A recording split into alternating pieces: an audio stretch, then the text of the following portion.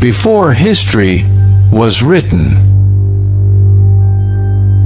In 1942, World War II was closer to disaster than most people realize. Across Europe, Nazi Germany still controlled vast territories, stretching from the Atlantic coast deep into the Soviet Union.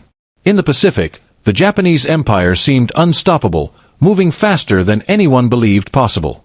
Allied fleets were burning, supply lines were collapsing, and entire regions were falling in rapid succession. To many military planners, this did not feel like a war that was going to be won. It felt like a war that needed to be survived.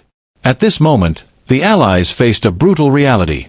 They could not match the experience of German veterans on land, nor could they immediately replace the naval losses suffered in the early months of the Pacific War.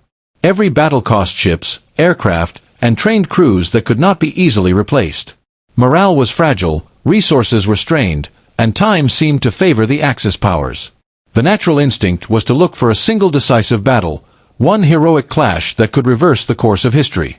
But that instinct would have led to failure. Many options were on the table, and most of them felt safer than what would eventually be chosen. Some argued for focusing almost entirely on land warfare, believing that crushing Germany in Europe would automatically collapse Japan. Others believed the answer was quality over quantity. Fewer ships, fewer aircraft, but built to perfection.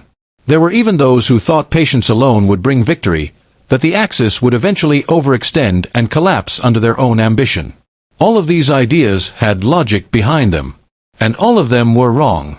Instead, a quieter and far less dramatic decision was made, one that did not promise immediate victory, glory, or headlines. The Allies chose to transform the war into an industrial contest. They committed fully to aircraft carriers over battleships, to mass production over perfection, and to the ability to replace losses faster than the enemy could inflict them. This decision was not glamorous, and at the time, it did not feel heroic. But it was revolutionary.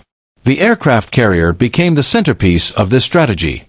Control of the skies would decide control of the seas, and control of the seas would decide the war. Rather than building a few invincible ships, the Allies focused on producing many capable ones. Pilots were trained rapidly, knowing that experience would come in combat. Ships were designed to be effective, not flawless. The goal was simple: ensure that every loss could be replaced, and every defeat could be absorbed. Factories became as important as front lines. In the United States and across Allied territories, production lines ran day and night. Ships were launched faster than the enemy could sink them. Aircraft rolled out in numbers never seen before. This was not just manufacturing, it was a strategic weapon. While the Axis powers fought with limited resources and rigid systems, the Allies embraced flexibility and scale. The impact of this decision did not appear overnight, but when it did, it was unmistakable. Battles like Midway were not just victories of tactics or intelligence, they were early signs of a deeper shift. For the first time, the Axis powers began to feel pressure they could not escape. Losses that once would have crippled the Allies were now absorbed and replaced. Meanwhile, the enemy struggled to recover from every defeat. By 1943, the momentum of the war had changed. In the Pacific, Allied forces advanced steadily, supported by overwhelming air and naval power. In Europe, the industrial foundation laid earlier began to bear fruit in the form of endless supplies, vehicles, and aircraft. From this point forward, the Axis powers were no longer shaping the war. They were reacting to it. World War II was not saved by a single battle, a single general, or a single moment of heroism. It was saved by a decision made when victory seemed distant, a decision to fight a war of endurance, production, and adaptability. Once that choice was made, the outcome of the war became not a question of if, but when. And long before the final shots were fired, the war had already been decided.